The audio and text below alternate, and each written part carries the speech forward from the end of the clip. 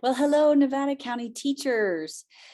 I just want to take a minute to honor you and say thank you for everything that you do every day with your kids and with your families and schools. These last 2 years have been unprecedented, and I think it warrants a big honor to you and for all that you do every day. So thank you, and we honor you. This is the Arts Education video series, video number 1, The What? And we're going to be talking a little bit about SEL and the arts and how you can bring them to your classrooms as soon as you'd like. Well, first, who am I? I'm Kimberly Ewing. Some of you might know me. I've been in the classroom since about 2000. I worked at Nevada City School District for over 16 years in elementary and middle school. But I'm also the instructional coach here at the Nevada County Superintendent of Schools for Universal Design for Learning and the Arts Education platform, as well as I'm the Arts Education Coordinator. So that's how and why I'm here for you today to learn a little bit about SEL and the arts. So let's get started. So if you look, dance, media arts, music, theater arts, and visual arts are part of the arts that we talk about, the arts. And then, of course, social emotional learning is what we're also integrating with the arts. I wanted to start with a quote from a favorite actress of mine, Alfre Woodard, and she says, "To express yourself creatively and do it connected with other human beings, that's what civilization is." And that's so important when we're talking about the arts and social emotional learning. So the what. Let's find out the foundational understandings of what they are. So CASEL put out the 5 competencies for social emotional learning, and they are self-awareness, self-management, social awareness, relationship skills, and responsible decision-making. So big ticket items, right? But why they've chosen us in the classroom is because we have the most impact on our youth. And a lot of teachers naturally use and utilize social emotional learning tools with character building and all the different things that we've talked about in our lives as teachers with our students. So if you look at the graph, you can see that it starts with schools and classrooms and hopefully builds out with culture into the families and caretakers and eventually comes out into this community movement. But I believe it starts with you as teachers because you have the capacity already to understand and you have the most impact with the children. But you're not alone. So let's talk about an application you could start tomorrow. So these are the 3 SEL practices.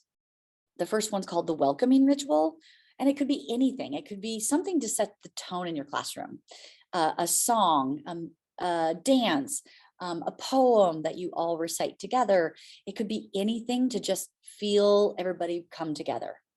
The engaging strategies could be in the midst of a really academic subject or lesson, and it could be what they call it engaging strategies, but I call it a brain break, where you can just focus off a little bit, have a little bit of fun, move the energy in your body and your mind, and then get back to where you're working. It's a nice shift.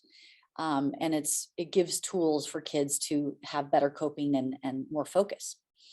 Then the optimistic closure is something like you might do with like exit tickets or something where, you round robin, what's the best thing today that happened to you? Or what's one thing that you learned today? What was an activity or event that made you smile today? And it just brings in that power of emotion and it ends your day really well with your class. Now, the 2019 California Art Standards has now 5 art disciplines. You know about dance, you know about music, theater arts, of course, and visual arts. The new one is media arts, which is kind of like what we're doing right now. And kids really love the media arts. Look at all the things that they can do. They can record a podcast. They can do blogs. They can do literary magazines, YouTube channels, lots of different ways to relay their understanding of what they're learning in class. So how do we put these together?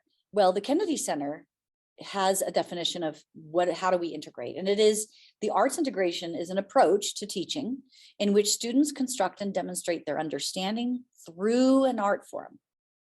Students engage in a creative process which connects an art form and another subject area and meets evolving objectives in both.